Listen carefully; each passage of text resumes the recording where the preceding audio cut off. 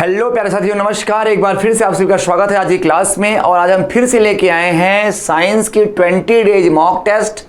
और इस क्लास में आज हम फिर से बात करेंगे 25 धमाकेदार साइंस के प्रश्नों के बारे में। तो आइए बिना देर किए इस क्लास के बारे में बता दें कि यह आपकी जो क्लास है यह specially for UP triple SC plate, ठीक है ना, यूपी ट्रिपल एससी प्लेट और अदर्स एग्जाम के लिए है, जिसमें हम आज 17वीं क्लास लेके, आपको याद होगा आज हम फिर से 17वीं क्लास लेके हाजिर हैं, ठीक है ना, 17वीं क्लास लेके हाजिर हैं। और इस क्लास में फिर से हम बात करेंगे साइंस के 25 धमाकेदार प्रश्नों के बारे में। ओके, तो चलिए साथियों बिना देर किए सेशन को जल्दी जल्दी ज्वाइन कर लीजिएगा और अपने अपने स्टैंडर्ड से इस क्लास को, इस सेशन को शेयर कर दीजिएगा। और आज की क्लास में आप सभी का एक बार फिर से मैं दिल खोल के स्वागत मैं करता हूं साथियों, और आप सभी का बहुत बहुत स्वागत है मेरी क्लास में। चलिए आइए क्लास को स्टार्ट करते हैं आज। चलिए सबसे पहले आपके लिए इंफॉर्मेशन यहाँ पे है, क्या इंफॉर्मेशन है देख लीजिएगा।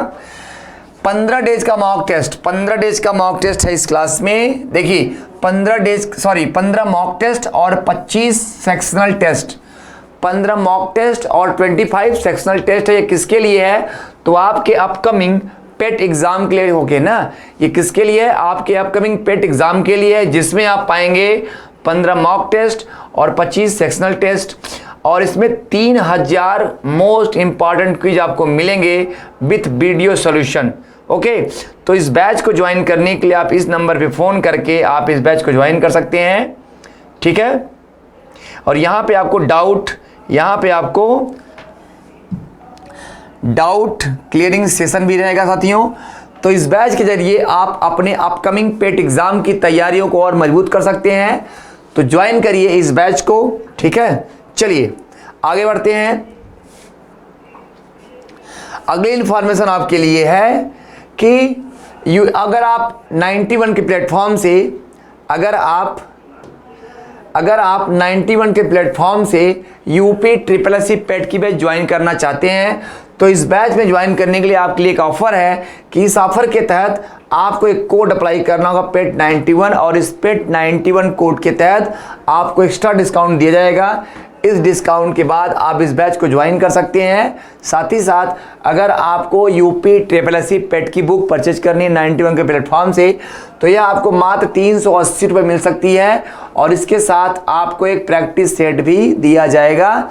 इन नंबर्स पे फ़ोन करके आप इस बैच के बारे में और इस बुक के बारे में इंक्वायरी ले सकते हैं और इसको आप परचेज भी कर सकते हैं, ठीक है। चलिए अब आइए शुरुआत करते हैं आज के सेशन की।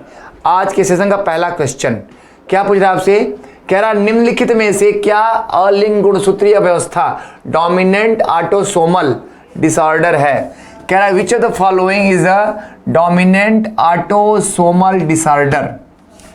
एल्बिनिज्म, सिस्टिक फाइब्रोसिस, फिनाइलकेटोन्यूरिया या अल्जाइमर रोग?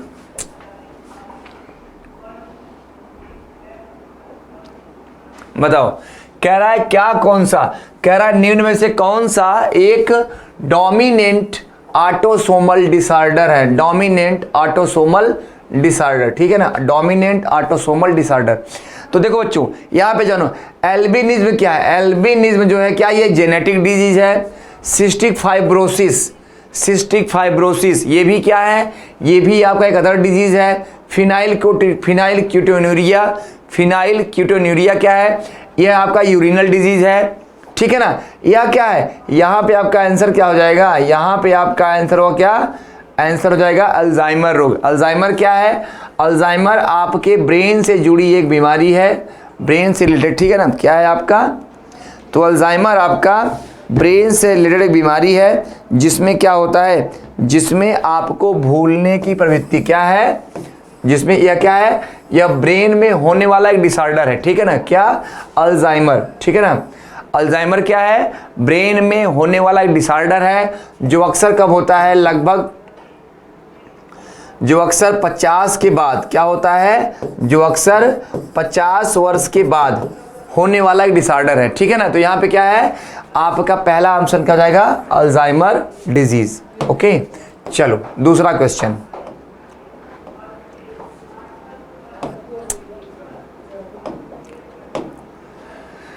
कह रहा है प्रतिजैविक का जनक, फादर ऑफ एंटीबायोटिक किसे कहा जाता है? Father of antibiotic. ये क्वेश्चन आपको कंफ्यूज करेगा, ध्यान रखिएगा, ये क्वेश्चन आपको कंफ्यूज करेगा कि फादर ऑफ एंटीबायोटिक किसे कहा जाता है?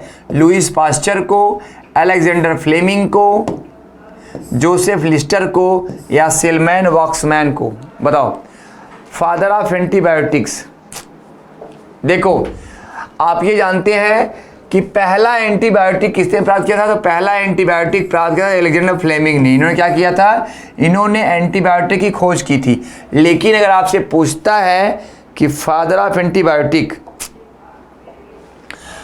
तो फादर ऑफ एंटीबायोटिक किसे कहते हैं? ये कहते हैं सेलमैन वॉक्समैन को। ध्यान रखिएगा, फादर ऑफ एंटीबायोटिक किसे कहते हैं? तो फादर ऑफ एंटीबायोटिक किसे कहेंगे? सेलमैन वॉक्समैन को। एंटीबायोटिक क्या होती हैं? एंटीबायोटिक होती हैं प्रतिजैविक। क्या होती हैं ये? तो ये होती हैं प्रतिजैविक। और इन्हें क्या करते हैं? इन्हें बैक्टीरियल डिजीज में, ध्यान रखो, इन्हें बैक्टीरियल डिजीज में, यानी आपके जीवाणु से होने वाले रोगों में इनका उपयोग किया जाता है। जीवाणु से होने वाले रोगों में इनका उपयोग किया जाता है, ठीक है ना। तो बैक्टीरियल डिजीज में क्या होता है? एंटीबायोटिक का यूज करते हैं। लुइस पास्चर आपके फर्मेंटेशन के बारे में बताया। किसके बारे में बताया? फर्मेंटेशन के बारे में।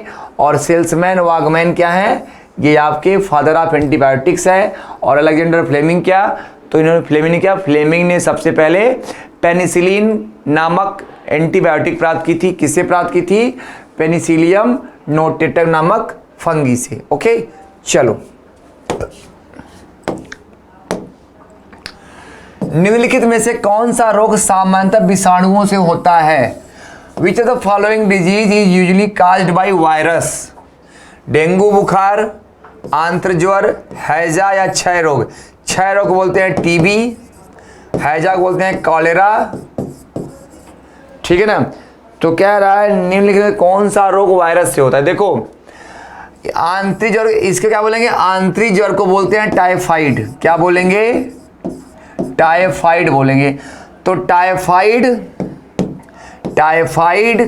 कॉलेरा एंड टीबी, ये तीनों किससे होते हैं? ये तीनों होते हैं बैक्टीरिया से। ये तीनों किससे होते हैं? तो ये तीनों होते हैं बैक्टीरिया से। लेकिन जो डेंगू किससे होता है? तो डेंगू होता है वायरस से। और ये किससे होगा? ये आपका एक मच्छर होता है जिसका नाम है एडीज इजिप्ट, ठीक है ना, ठीक है ना। ओके, किससे होता है? एडीज मच्छर के काटने से होता है। कौन सा? डेंगू। तो डेंगू बुखार क्या है? ये वायरस से होने वाला रोग है। वायरस से होने वाला रोग है, ठीक है ना। अब वायरस किसके बने होते हैं? अगर देखा जाए तो वायरस किसके बने होते हैं? तो वायरस बने होते हैं न्यूक्लिक अम्ल, न्यूक्लिक एसिड प्लस प्रोटीन, ठीक है ना। वायरस किसके बने होते हैं? तो वायरस बने होते हैं न्यूक्लिक अम्ल और प्रोटीन के, ठीक है ना। वायरस बने होते हैं न्यूक्लिक अम्ल और प्रोटीन के। चलो बढ़ते हैं आगे।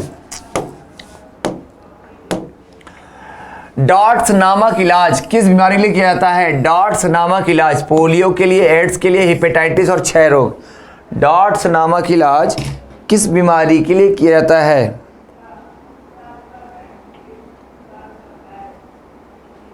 डॉट्स नामक इलाज किस बीमारी के लिए किया जाता है?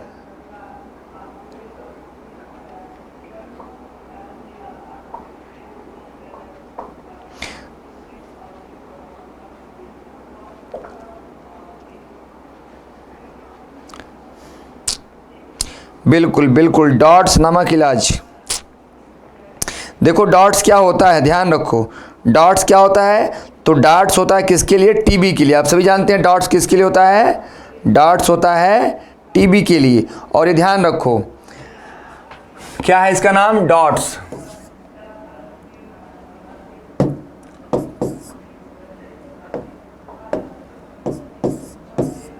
डॉट, ठीक है ना। क्या है आपका? Direct obstructive therapy. क्या है ये? Direct obstructive therapy. और यह किसके लिए होता है? तो यह टीबी, इसको क्या बोलते हैं? इसको बोलते हैं ट्यूबरकुलोसिस। इसे क्या बोलते हैं? इसे बोलते हैं ट्यूबरकुलोसिस। और ट्यूबरकुलोसिस यानी क्षय रोग के इलाज में क्या होता है? डॉट का उपयोग किया जाता है। बाकी पोलियो वायरस से होने वाला रोग है, एड्स वायरस से होने वाला रोग है, हेपेटाइटिस भी क्या है? वायरस से होने वाला रोग है। लेकिन टीबी क्या है? टीबी जो है क्या है आपका? बैक्टीरिया से होने वाली बीमारी है, ठीक है ना। तो बैक्टीरिया से होने वाली बीमारी है या किससे होता है? तो जो टीबी होती है माइकोबैक्टीरियम। टीबी आपकी किससे होती है?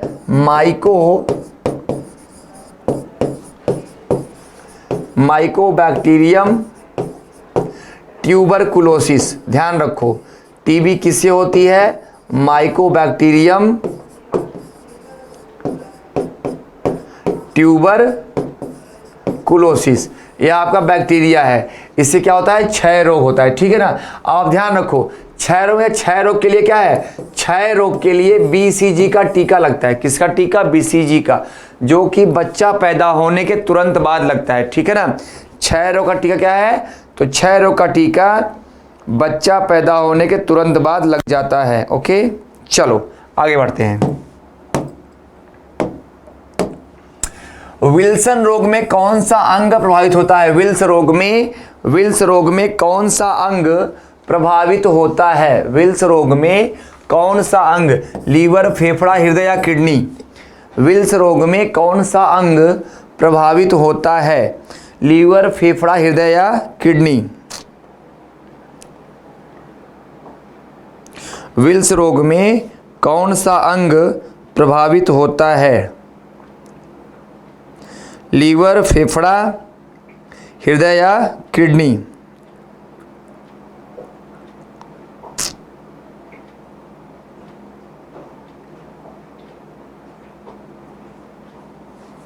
विल्स रोग में कौन सा अंग प्रभावित होता है?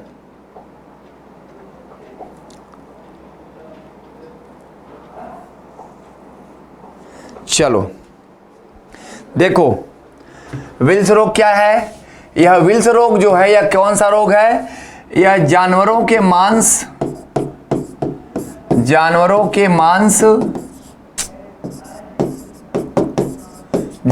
मांस और यूरिन, यानी जो एनिमल होते हैं, जो पशु होते हैं, उनके यूरिन, उनकी मांस आदि के संपर्क में आने से होता है, ठीक है ना।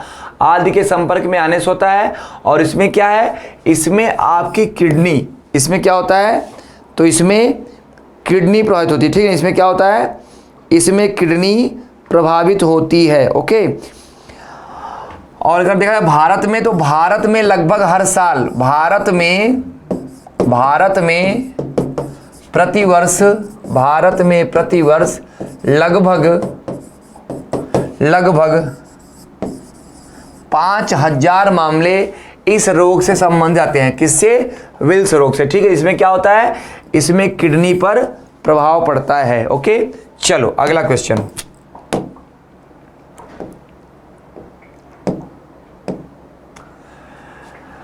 For video re exam 15 mock test. Video के री एग्जाम के लिए आपको मिल रहा है 15 mock test with video solution. और इसके साथ आप आने वाले जो एग्जाम है वीडियो का, उसके लिए आप तैयारी अपनी और मजबूत कर सकते हैं। और ये आपको दिया जा रहा है केवल 349 रुपए के एक नॉमिनल शुल्क पर। तो इसको आप ज्वाइन कर सकते हैं स्टडी 91 के प्लेटफॉर्म से। चलिए, कह रहा है एड्स का विषाणु किसकी वृद्धि को प्रभावित करता है? एड्स का विषाणु किसकी वृद्धि को प्रभावित करता है? हीमोग्लोबिन को करता है? बिल्कुल नहीं करता। रक्त में आरबीसी को नहीं करता। मस्तिष्क ग्रे कोशिका नहीं करता। ये क्या करता है? ब्लड में टी कोशिका। टी क्या होती हैं? आपकी टी लिम्फोसाइट्स होती हैं। टी लिम्फोसाइट्स क्या होती हैं? तो जो आपकी टी लिम्फोसाइट्स होती हैं, जो क्या होती हैं? आपकी टी लिम्फोसाइट्स होती हैं। इन्हीं क्या करता है? इन्हीं को प्रभावित करता है। और इसको प्रभावित करने में क्या है? इसे टोटल 12 वर्ष लगते हैं। क्या होते हैं? इसे 12 वर्ष लगते हैं, ठीक है ना। ध्यान रखो, टी लिम्फोसाइट को तोड़ने में इसे क्या लगते हैं? इसे 12 वर्ष लगते हैं। किसको? आपके वायरस को। किसको? HIV वायरस को, ठीक है ना। HIV वायरस को। ओके, तो HIV वायरस को टी लिम्फोसाइट को प्रभावित करता है। और ये कौन सा है? यह आपके करता है, यह आपका प्रतिरक्षा तंत्र का निर्माण करता है, आपके इम्यून सिस्टम का ये निर्माण करता है। ठीक है ना। चलो, कैंसर का उपचार निम्नलिखित में से कौन सी अक्रिय गैस द्वारा किया जाता है? कैंसर का उपचार निम्नलिखित में से कौन सी अक्रिय गैस द्वारा किया जाता है? हीलियम, रेडान, क्रिप्टॉन या नियान? कैंसर का उपचार निम्नलिखित में से किस अक्रिय गैस द्वारा किया जाता है? कैंसर का उपचार निम्नलिखित में से किस अक्रिय गैस द्वारा किया जाता है?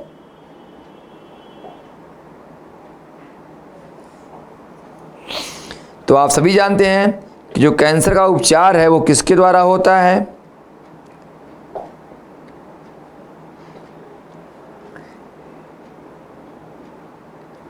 देखो, कैंसर का उपचार किसके द्वारा होता है? तो कैंसर का उपचार होता है भैया किसके द्वारा? रेडान के द्वारा। किसके द्वारा? रेडान के द्वारा।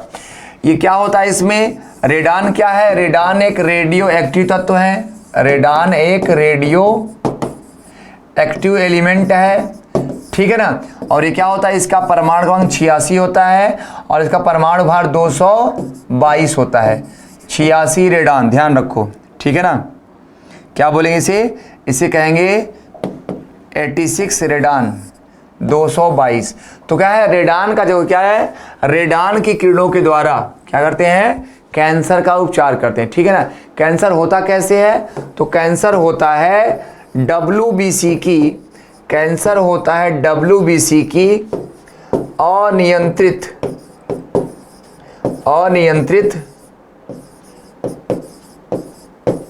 वृद्धि से। कैसे होता है कैंसर? तो कैंसर होता है WBC की अनियंत्रित वृद्धि के द्वारा। चलो, निम्नलिखित में से कौन सी नोबेल गैस अचेतन शून्य करने के लिए उपयोग की जाती है? अचेतन शून्य मतलब क्या होता है? एनेस्थीसिया, मतलब आपको बेहोश करने के लिए। जेनान, आर्गन, नियान या हीलियम?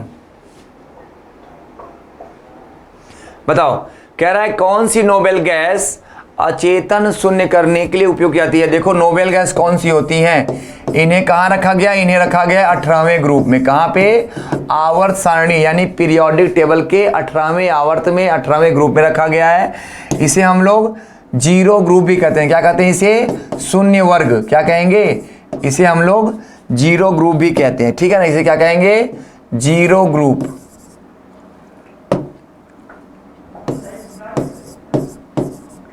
इसे हम लोग शून्य वर्ग भी कहते हैं। ठीक है ना। और इसमें कौन कौन से तत्व हैं? इसमें helium, neon, argon, helium, neon, argon, krypton, xenon और रेडान। जिसमें रेडान क्या है? तो जिसमें रेडान आपका क्या है? रेडान एक रेडियो एक्टिव एलिमेंट है। ठीक है ना। यहाँ पे क्या बोला? अचेतन शून्य करने के लिए, मतलब एनेस्थीसिया करने के लिए क्या करते हैं? जेनान का उपयोग करते हैं। क्या करेंगे? जेनान का उपयोग करेंगे। तो जेनान क्या है आपकी?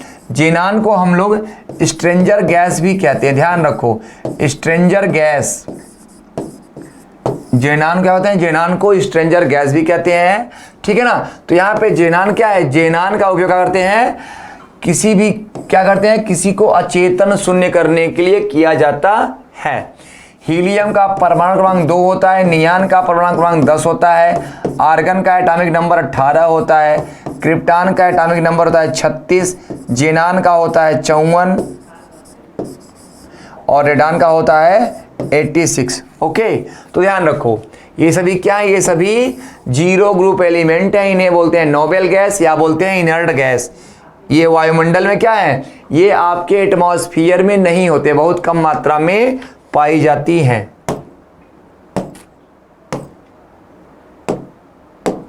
देखो, फिर से क्वेश्चन पूछा, निम्नलिखित में से कौन सा विल्सन रोग का लक्षण नहीं है? Which of the following is not a symptom of Wilson's disease?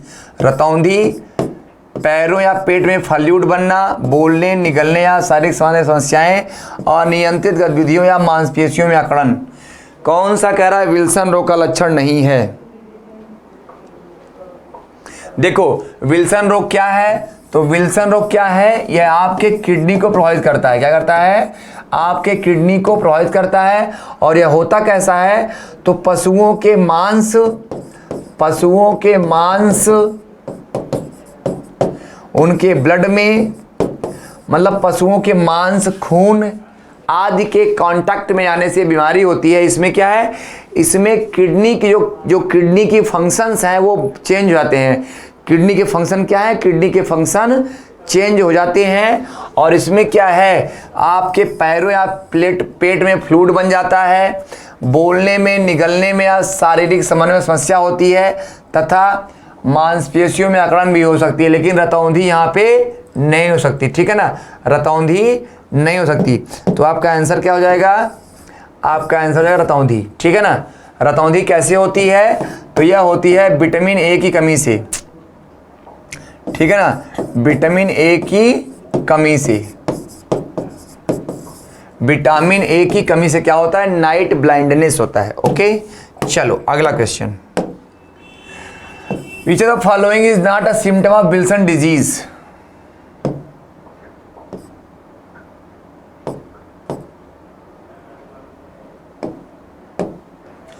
निम्न में से कौन सा एक विटामिन सूर्य के प्रकाश की उपस्थिति में त्वचा में बनता है। सिंपल क्वेश्चन है, कह रहा है कौन सा विटामिन सनलाइट, यानी जो सनलाइट होती है उसके प्रेजेंस में बनता है। Vitamin A, vitamin D, vitamin के या विटामिन ई। तो आप सभी जानते हैं कि विटामिन डी कहाँ बनता है, तो यह सनलाइट में बनता है। कहाँ बनता है, सनलाइट में। इसके साथ ही साथ यह हमें कहाँ मिलता है, हमें अंडे की जर्दी मिलता है। कहाँ मिलता है, एग यॉक में। कहाँ मिलता है, एग यॉक में मिलता है। ओके, और कहाँ मिलता है, और हमें मिलता है कॉड लीवर में, यानी मछली के तेल में मिलता है, ठीक है ना। तो ध्यान रखो, विटामिन डी जो है कहाँ, सूर्य के प्रकाश की उपस्थिति में बनता है।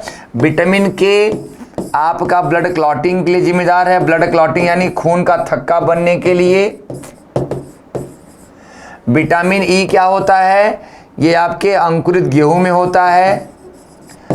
अंकुरित गेहूं का मतलब क्या है, ऐसा गेहूं जो जम जाए। विटामिन ए कहाँ होता है, यह रंगीन फलों में होता है, ठीक है ना, रंगीन फलों में। ओके,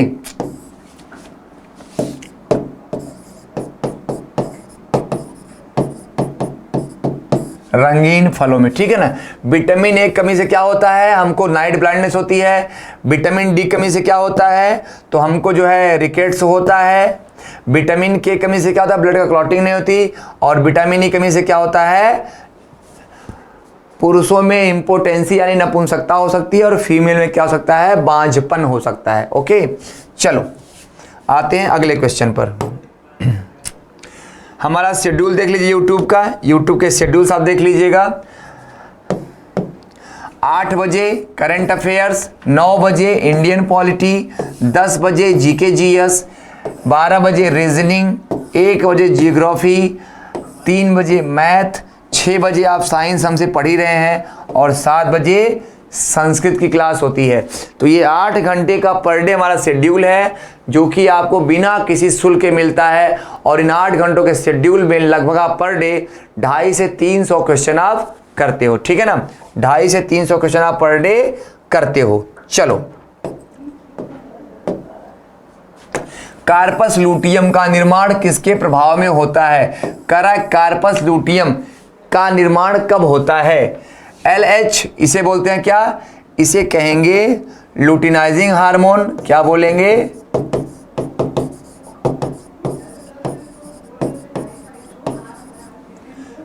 ये क्या है आपका, ये आपका फॉलिकल है, फॉलिकल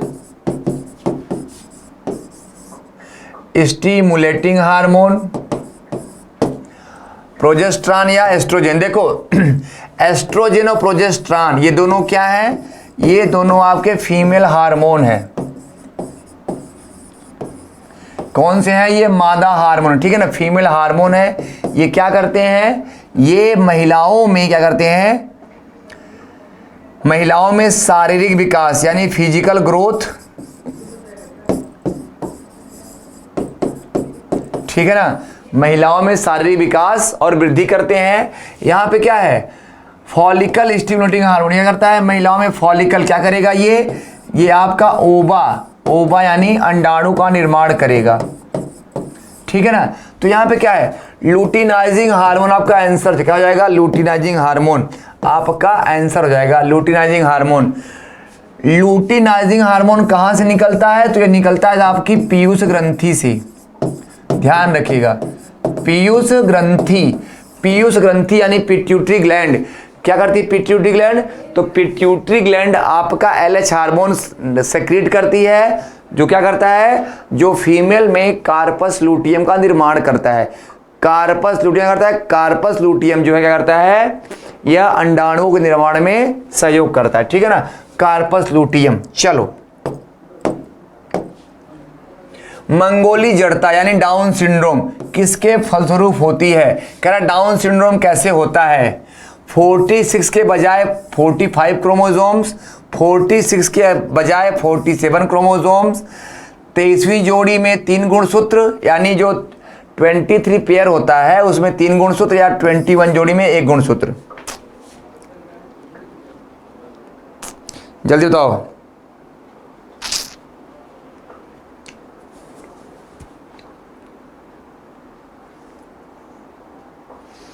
अब देखो डाउन सिंड्रोम क्या है, डाउन सिंड्रोम बच्चों में होता है, क्या होता है डाउन सिंड्रोम बच्चों में होता है।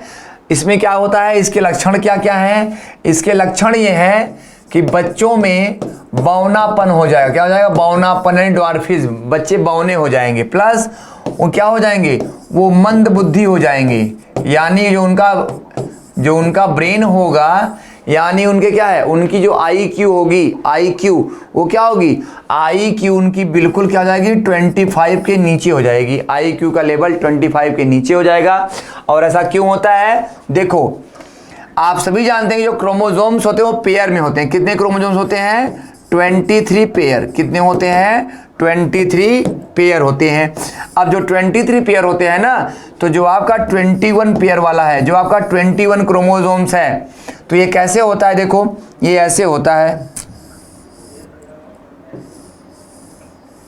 ये पेयर में होता है ना, एक ये हो गया और एक ये हो गया।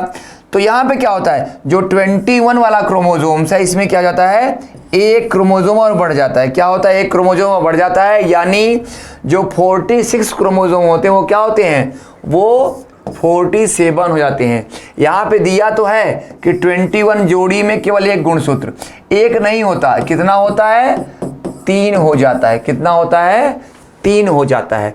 तो 21 के जो क्रोमोसोम्स है, नंबर ऑफ 21 नंबर का जो क्रोमोसोम्स है उसमें क्या है, एक क्रोमोसोम्स बढ़ जाता है, अर्थात इसे बोलते हैं ट्राइसोमिक, क्या बोलते हैं, ट्राइसोमिक बोलते हैं, अर्थात मतलब क्या, 2 के बजाय क्या होते हैं, 3 क्रोमोसोम्स हो जाते हैं, इसी को बोलते हैं डाउन सिंड्रोम या मंगोली जड़ता। ओके, चलो ट्रैकोमा क्या होता है, ट्रैकोमा जो रोग होता है बच्चों, इससे आपकी आंख में क्या होता है, आपकी आंख में अंधापन हो सकता है, क्या होता है, आंख में अंधापन होता है। और यह किसके द्वारा होता है, कह रहा है वायरस से, जीवाणु से, कवक से या जल से, मतलब वायरस के द्वारा, बैक्टीरिया के द्वारा, फंगी के द्वारा। तो आप सभी जानते हैं जो ट्रैकोमा होता है किससे होता है, वायरस से होता है। ट्रैकोमा क्या है, ट्रैकोमा बीमारी किस में होती है, वायरस से होती है। और इसमें क्या है, आपकी आंखों में अगर इसका सही से ट्रीटमेंट ना हो बच्चों, तो आपकी आंख में अंधापन भी हो सकता है, ठीक है ना, क्या होता है, आंख में अंधापन भी हो सकता है। फिनाइल कीटोन्यूरिया नामक रोग में क्या होता है, ऊतकों में फिनाइल एलेनिन बढ़ जाती है, ऊतक मतलब क्या, टिश्यू, ऊतक में फिनाइल एलेनिन घट जाती है। आपके यूरिन में शुगर का लेवल क्या है, शुगर मतलब शुगर जाने लगती है, और यूरिन में जेंटिसिक अम्ल जाने लगता है। देखो फिनाइल कीटोन्यूरिया क्या है, फिनाइल कीटोन्यूरिया एक बीमारी है, एक रोग होता है जिसमें क्या होता है, जिसमें आपके टिश्यू में क्या हो जाएगा, जिसमें आपके टिश्यू में फिनाइल एलेनिन की मात्रा बढ़ जाती है। क्या होती है, फिनाइल कीटोन्यूरिया। ये क्या है आपका, ये आपका एक यूरिनल डिजीज है। क्या है आपका? एक यूरिनल, यानी आपके यूरिन से संबंधित बीमारी है, जिसमें क्या होता है, जिसमें आपके टिश्यूज में फिनाइल एलेनिन की मात्रा बढ़ जाती है। ठीक है ना? ओके। अगर यूरिन में देखो, अगर आपके यूरिन में शुगर जा रही है तो इसे क्या बोलते हैं? इसे बोलते हैं यूरीमिया बोलते हैं। क्या बोलते हैं? इसे यूरीमिया बोलते हैं। और अगर आपके यूरिन में जेंटिसिक अम्ल जा रहा है तो इसे बोलते हैं एलकेप्टोन्यूरिया। एलकेप्टोन्यूरिया। एलकेप्टोन्यूरिया में क्या होता है? एलकेप्टोन्यूरिया एक ऐसी बीमारी है जिसमें यूरिन क्या होती है? जिसमें यूरिन जैसे ही सेक्रेट होती है, यूरिन सेक्रेट करेंगे, यूरिन जो है क्या करेगी? एयर के संपर्क में आएगी। जैसे यूरिन सेक्रेट हुई बाहर तो क्या होगी? वह तुरंत काली पड़ जाएगी। यानी आपकी यूरिन जैसे ही पास होगी वह काली पड़ जाएगी। ठीक है ना? तो ये आपका है एलकेप्टोन्यूरिया। ये आपका है क्या? यूरीमिया। और पहला वाला क्या है आपका? Phenyl ketonuria. चलो चलो, क्या पूछ रहा है आपसे? हैवर्सियन नलिकाएं और तंत्र पाए जाते हैं। हैवर्सियन नलिका पक्षियों की हड्डी में, मेढक की हड्डी में, कार्टिलेज में, या केवल मैमल्स की बोन में, यानी हम लोगों में। हैवर्सियन नलिका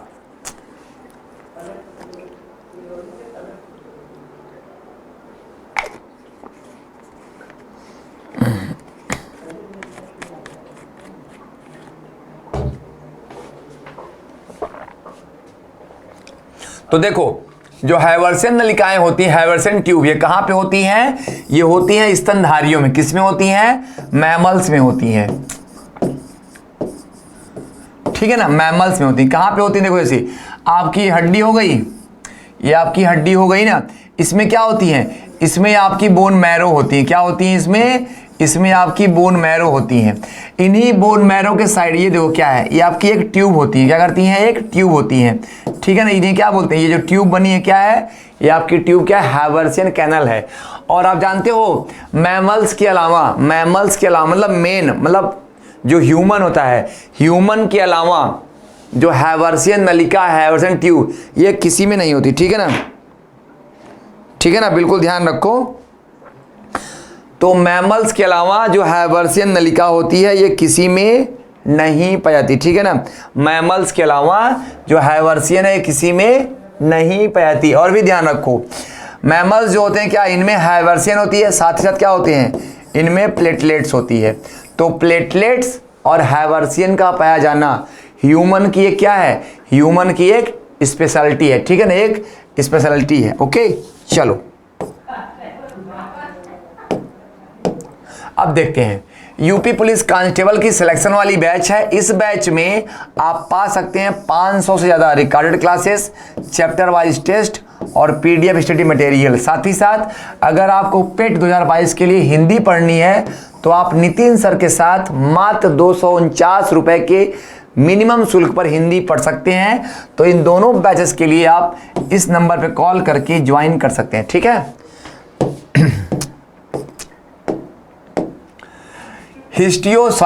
हिस्टियोसाइट्स होती हैं ब्लड प्रोड्यूसर, मैक्रोफेजेस, उत्सर्जी कोशिकाएं, यानी कौन सी कोशिकाएं हैं? एक्सक्रेटरी सेल्स या ये सब। तो हिस्टियोसाइट्स क्या होती हैं? हिस्टियोसाइट्स देखो, हिस्टियोसाइट्स क्या होती हैं? ये एक प्रकार से क्या होती है? एक प्रकार से स्कैवेंजर सेल्स होती हैं। ये एक प्रकार से स्कैवेंजर सेल्स होती हैं। ठीक है ना? स्कैवेंजर सेल्स होती हैं। ये कैसी सेल्स होती हैं? तो ये फैगोसाइट करती हैं। ये क्या करती हैं? ये फैगोसाइट करती हैं, यानी ये भक्षण करती हैं। किसका भक्षण करेंगी? आपके बॉडी में जो हार्मफुल एजेंट हैं, मतलब बैक्टीरिया, वायरस, ये सब जो होते हैं बॉडी में ना, ये उसको नष्ट करती हैं। ठीक है ना? इन्हें क्या बोलते हैं? इन्हें बोलते हैं मैक्रोफेजेस। क्या बोलते हैं? मैक्रोफेजेस। अब देखो, ये अलग अलग पार्ट में अलग अलग नाम से होती हैं। ये अलग अलग पार्ट में अलग अलग नाम से होती हैं। जैसे अगर ये ब्रेन में होंगी, ब्रेन में, तो इन्हें ब्रेन में क्या बोलेंगे? इन्हें ब्रेन में बोलेंगे माइक्रोग्लियल। क्या बोलेंगे ब्रेन में? माइक्रोग्लियल। Glial cells. ओके, अगर आपके लीवर में होंगी, अगर आपके लीवर में रहेंगी तो लीवर में इन्हें क्या बोलेंगे, इन्हें बोलेंगे लीवर में कूफर सेल्स। ठीक है, क्लियर ना। अगर आपके फेफड़े में होंगी, ये कहां पे, अगर आपके लंग्स में होंगी, फेफड़े में, तो इन्हें क्या बोलेंगे, इन्हें बोलेंगे डस्ट सेल। क्या बोलेंगे, डस्ट सेल। ठीक है ना। तो ध्यान रखो, मैक्रोफेजेस, मैक्रोफेजेस वो सेल्स होती हैं जो आपके बॉडी में हार्मफुल एजेंट्स को नष्ट करती हैं, और ये अलग अलग पार्ट में अलग अलग नाम से जानी जाती है। ठीक है, चलो कह रहा है न्यूरोग्लिया, तंत्रिका बंद कोशिकाएं किसमें पाई जाती हैं, न्यूरोग्लिया यकृत में होती हैं, लीवर में, केंद्रीय तंत्रिका तंत्र में होती हैं, वृक्क में या वृषण में। तो देखो जो न्यूरोग्लिया होती हैं ये क्या होती हैं, ये आपकी नर्व सेल होती है। क्या होती है आपकी, ये आपकी नर्व सेल होती है। ठीक है ना। नर्व सेल दो प्रकार की होती है, एक होती है न्यूरॉन्स और एक होती है न्यूरोग्लिया। ठीक है ना। क्या होती है, न्यूरॉन्स होती है और न्यूरोग्लिया होती है। न्यूरॉन्स कहाँ पे होती हैं, तो न्यूरॉन्स आपके ब्रेन में होती हैं। कहाँ पे होती हैं, न्यूरॉन्स आपके ब्रेन में होती हैं। और न्यूरोग्लिया कहाँ होती हैं, तो शरीर के दूसरे पार्ट में, शरीर के दूसरे हिस्सों में।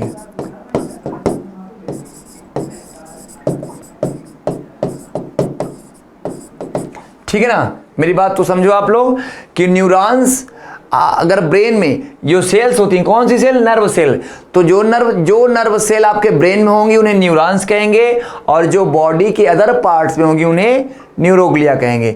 अब न्यूरॉन्स कैसी सेल्स होती हैं, इनमें क्या होता है, इनमें आपका रीजनरेशन नहीं होता, रीजनरेशन नहीं होता। ठीक है ना। तो बिल्कुल याद रखो, ये कौन सा है आपका, केंद्रीय तंत्रिका तंत्र एवं गैंग्लियन। ओके, चलो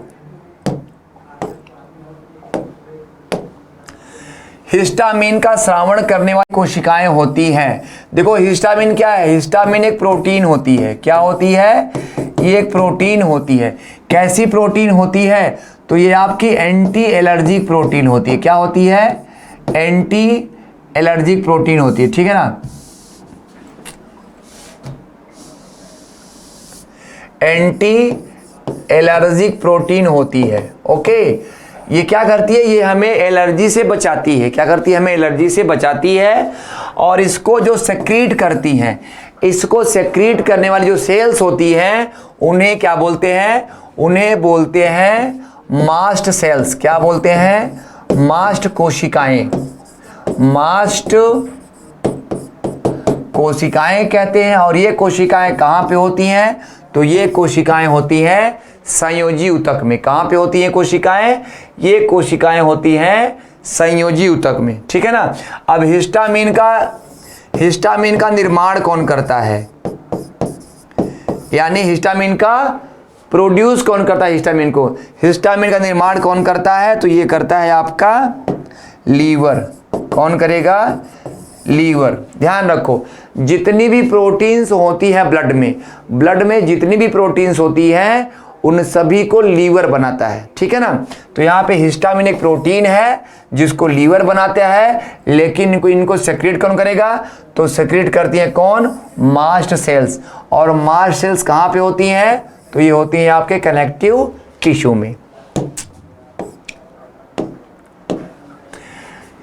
कह रहा है स्तनियों में कूफर कोशिकाएं किसमें होती हैं, मतलब कह रहा है Kupffer cells found in mammals in which gland, Kupffer cells found in which gland in mammals, pancreas में, लीवर में, स्प्लीन में या फेफड़ा में। क्या बोलेंगे इसे, लंग्स में, स्प्लीन में, लीवर में या पेनक्रियाज में।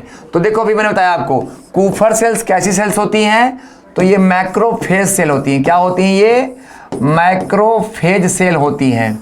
क्या करती हैं ये क्या करती हैं, ये फैगोसाइट करती हैं, फैगोसाइट करती हैं। इसका मतलब क्या है, ये नष्ट करती हैं। किसको नष्ट करेंगी, आपके बॉडी में जो भी एंटीजन हैं, जैसे वायरस है, बैक्टीरिया है, प्रोटोजोआ है, एस्कैरिस है, तो उनको ये कहाँ पे होती हैं? तो ये होती है आपके लीवर में। कहाँ पे होंगी? ये आपके लीवर में होती है, ठीक है ना। कहाँ पे होंगी? लीवर में होंगी, ध्यान रखो। ओके, तो कूपर सेल्स कहाँ पे होती हैं? लीवर में होती हैं।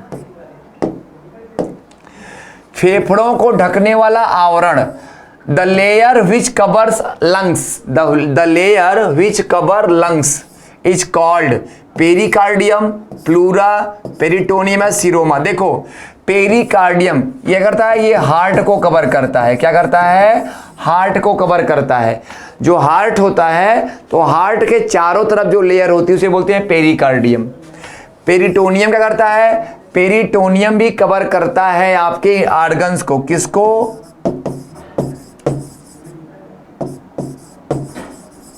किडनी को करता है, टेस्टिस को करता है, ठीक है ना, लीवर को करता है। यहां पे कौन सा है? प्लूरा। कौन करेगा? प्लूरा। तो प्लूरा क्या है? प्लूरा एक ऐसी लेयर होती है जो आपके फेफड़ों को कवर करती है, ठीक है ना। और फेफड़ों का अध्ययन, स्टडी ऑफ लंग्स, कहाँ करते हैं हम लोग? Study of lungs, study of lungs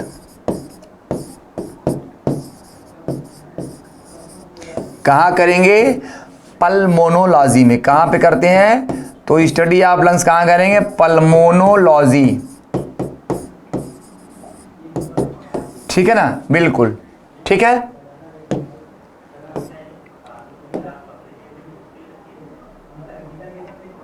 देखिए नितिन सर के नोट्स हैंड रिटन दिख रहे हैं आपको। इन नोट्स को आप YouTube पे पढ़ सकते हैं, PDF के माध्यम से प्राप्त कर सकते हैं, ई बुक के माध्यम से परचेज कर सकते हैं, ठीक है ना।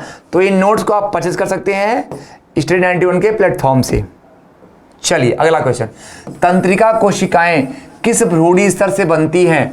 From which embryonic layer nerve cell will be found, from which embryonic layer nerve cell is formed, ठीक है ना। किससे बनती हैं? तंत्रिका कोशिकाएं। तो ये एंडोडर्म से बनती हैं, मीजोडर्म से, एक्टोडर्म से? बताओ तंत्रिका कोशिकाएं किस लेयर से बनती हैं? देखो तंत्रिका कोशिकाएं, इन्हें क्या बोलते हैं? इन्हें बोलते हैं नर्व सेल। क्या बोलेंगे? इन्हें नर्व सेल बोलेंगे, ठीक है ना। ये कौन सी होती हैं? ये आपके ब्रेन में होती हैं। अब आप सभी जानते हैं ब्रेन कहां से बनता है? तो ब्रेन बनता है आपके एक्टोडर्म से। मैंने आपको कई बार बताया ये चीज। हमारी बॉडी में 3 लेयर होते हैं, एक्टोडर्म, एंडोडर्म और मीजोडर्म। तो एक्टोडर्म से क्या बनता है? ब्रेन बनता है और आपकी स्किन बनती है, ठीक है। मीजोडर्म से क्या बनता है? आपका संयोजी ऊतक, यानी आपका कनेक्टिव टिश्यू बनता है। क्या बनता है? आपका संयोजी ऊतक यानी कनेक्टिव टिश्यू, कनेक्टिव टिश्यू बनता है। और एंडोडर्म से क्या बनता है? तो एंडोडर्म से बनता है आपका लीवर, किडनी, ये सब, ठीक है ना। अब देखो अगर आपसे कोई पूछे कि हार्ट कहाँ बनता है, तो हार्ट भी क्या है बच्चा? तो हार्ट भी क्या है? हार्ट भी एक कनेक्टिव टिश्यू है। हार्ट भी क्या है? हार्ट भी एक कनेक्टिव टिश्यू है और वह भी आपके मीजोडर्म से ही बनता है। ओके, तो यहाँ क्या आपका आंसर क्या हो जाएगा? एक्टोडर्म, ठीक है। चलो अगला क्वेश्चन, उपास्थि का निर्माण करने वाली कोशिकाएं, उपास्थि यानी कार्टिलेज, विच सेल्स प्रोड्यूस कार्टिलेज? ऑस्टियोब्लास्ट, ये आपका हड्डियों का निर्माण करती हैं, बोन्स का निर्माण करती हैं। फाइब्रोब्लास्ट, एपिथेलियम, ये आपकी स्किन बनाती है, ठीक है ना। ये क्या है आपका? कोन्ड्रोसाइट्स, क्या करता है? कोन्ड्रोसाइट्स। ये क्या होती हैं? इसमें क्या एक प्रोटीन होती, कौन सी प्रोटीन होती है? इसका नाम है कॉन्ड्रो म्यूको प्रोटीन। क्या होती है? कॉन्ड्रो म्यूको प्रोटीन होती है, जो क्या बनाती है? जो आपका कार्टिलेज बनाती है। कार्टिलेज क्या है? यह हड्डियों के बीच में एक स्ट्रक्चर होती है। जैसे देखो ये वाली हड्डी है, तो ये वाली हड्डी क्या, यहाँ पे एक स्ट्रक्चर होती है। आपके कान की हड्डी कार्टिलेज है, आपके नाक की हड्डी कार्टिलेज, आपकी ट्रैकिया क्या है? कार्टिलेज है, ठीक है ना। तो ये क्या है आपका? कार्टिलेज कहाँ से बनती है? कॉन्ड्रियोसाइट से। चलो, रदरफोर्ड के अल्फा कणों के प्रकीर्णन के परिणाम स्वरूप किसकी खोज हुई? कह रहा है कि रदरफोर्ड ने जो अल्फा कणों का, अल्फा पार्टिकल हैं, तो अल्फा पार्टिकल को क्या किया था? अल्फा पार्टिकल को एक पन्नी पर, मतलब एक प्लेट पर क्या कहता है, एक प्लेट पर उसकी बमबारी की थी, ठीक है ना। तो उसके रिजल्ट के फलस्वरूप, मतलब उसके रिजल्ट में कौन सी खोज हुई थी? न्यूट्रॉन की, प्रोटॉन की, या परमाणु के नाभिक यानी एटॉमिक न्यूक्लियस की, या इलेक्ट्रॉन की? तो देखो यहां पर ये एक प्लेट हो गई, ठीक है ना, ये क्या हो गई? एक प्लेट हो गई। यहां पर क्या है? यहां पर आप अल्फा पार्टिकल है, क्या है आपका? अल्फा कण, अल्फा पार्टिकल। जब रदरफोर्ड ने क्या किया, इन अल्फा पार्टिकल्स को यहां पे क्या किया? यहां पे मूव किया, ठीक है ना, ध्यान रखो। तो क्या है, इन्होंने देखा कि ढेर सारे पार्टिकल सीधे निकल गए। क्या हुए? सीधे निकल गए। यानी इन्होंने क्या कहा, इन्होंने यहां पे क्या किया, इन्होंने पार्टिकल ढेर सारे क्या हुए? ढेर सारे सीधे निकल गए। कुछ पार्टिकल क्या हुए? कुछ पार्टिकल मूव कर गए, कहां पे? किनारों पर। कुछ पार्टिकल किनारों पर मूव कर गए, ठीक है ना। और कुछ क्या है, कुछ पार्टिकल जाके यहां पे क्या है? वापस लौट आए, ठीक है ना। इन्होंने क्या बोला? इन्होंने कहा कि जो एटॉमिक न्यूक्लियस है, एटॉमिक न्यूक्लियस यानी परमाणु नाभिक, इन्होंने कहा परमाणु नाभिक में जो किनारे पर, जो किनारे का एरिया है वो क्या है? वो निगेटिव है। कैसा है? निगेटिव है। और जो बीच का एरिया है वो कैसा है? वो पॉजिटिव है। यानी वहां पे क्या? ढेर सारा स्पेस है, ठीक है ना। तो किसकी खोज हो गई? परमाणु नाभिक की, ठीक है ना, परमाणु नाभिक की। न्यूट्रॉन ने खोज किसने की? तो न्यूट्रॉन ने खोज की जेम्स चैडविक ने। किसने खोज की? जेम्स चैडविक ने। प्रोटॉन ने खोज किसने की? रदरफोर्ड ने। और इलेक्ट्रॉन किसने की? तो इलेक्ट्रॉन खोज की जे टॉमसन ने। किसने खोज की? जे टॉमसन ने, ठीक है। अब देखो, जैसे ये एटॉमिक न्यूक्लियस है, तो यहां पे ध्यान रखो, एटॉमिक न्यूक्लियस के भीतर, एटॉमिक न्यूक्लियस है ये, इसके भीतर क्या होता है? इसके भीतर प्रोटॉन और न्यूट्रॉन होता है। इसके भीतर क्या होता है? Proton, neutron. और इसके क्या है? इलेक्ट्रॉन इसके बाहर होता है, वह इसके बाहर ऐसे चक्कर लगाता है, ठीक है ना। यही 3 पार्टिकल है, इलेक्ट्रॉन, प्रोटॉन और न्यूट्रॉन, ओके, न्यूक्लियस में। चलो, आप पेट 91, ध्यान रखो, आप पेट 91 कोड अप्लाई करके स्टडी 91 से पेट 2022 की बैच ज्वाइन कर सकते हैं। और इस बैच को ज्वाइन करके आप पेट की तैयारी कर सकते हैं। साथ ही साथ अगर आपको सुपर टेट की बैच लेनी है तो आपको इस नंबर पे कॉल करके इन दोनों बैचेस को आप ज्वाइन कर सकते हैं। चलिए, उस निष्क्रिय गैस का नाम क्या है जिसे आधुनिक आवर्त सारणी में पहले आवर्त में रखा गया है? उस निष्क्रिय गैस का नाम क्या है जिसे आधुनिक आवर्त सारणी में पहले आवर्त में रखा गया है? निष्क्रिय गैस का मतलब क्या है? जो एक्टिव ना हो। तो पहले आवर्त में कौन सी गैस है?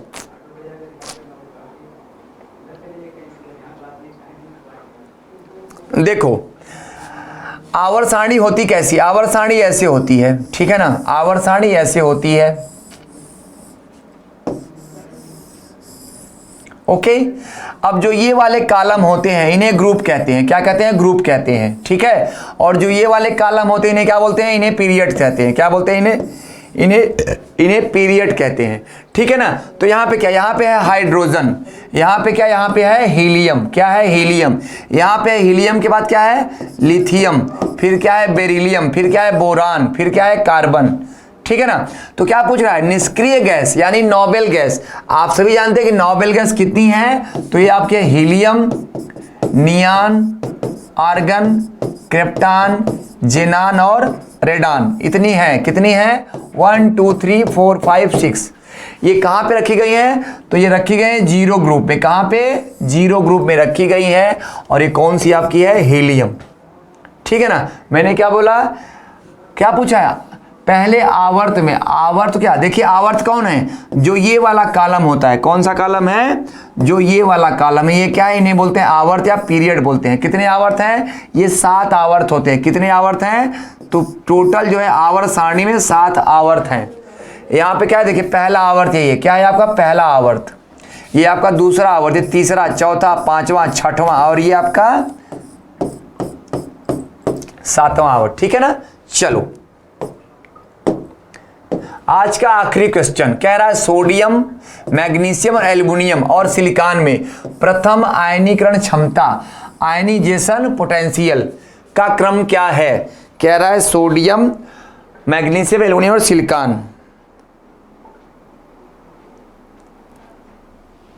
देखो क्या कह रहा है, आयनीकरण क्षमता आप सभी जानते हैं। देखो सोडियम क्या है, अब देखो कैसे करेंगे, इसको हम लोग आवर्त के जरिए निकालेंगे, आवर्त जरिए। देखिए पहले सोडियम, सोडियम हुआ, फिर क्या है आपका मैग्नीशियम, फिर क्या हुआ आपका एल्युमिनियम, फिर क्या हुआ सिलिकॉन। देखिए कैसे, सोडियम का जो एटॉमिक नंबर होता है वो होता है 11, कितना होता है, वो होता है 11। मैग्नीशियम का होता है 12, एल्युमिनियम का 13, सिलिकॉन का 14, ठीक है ना।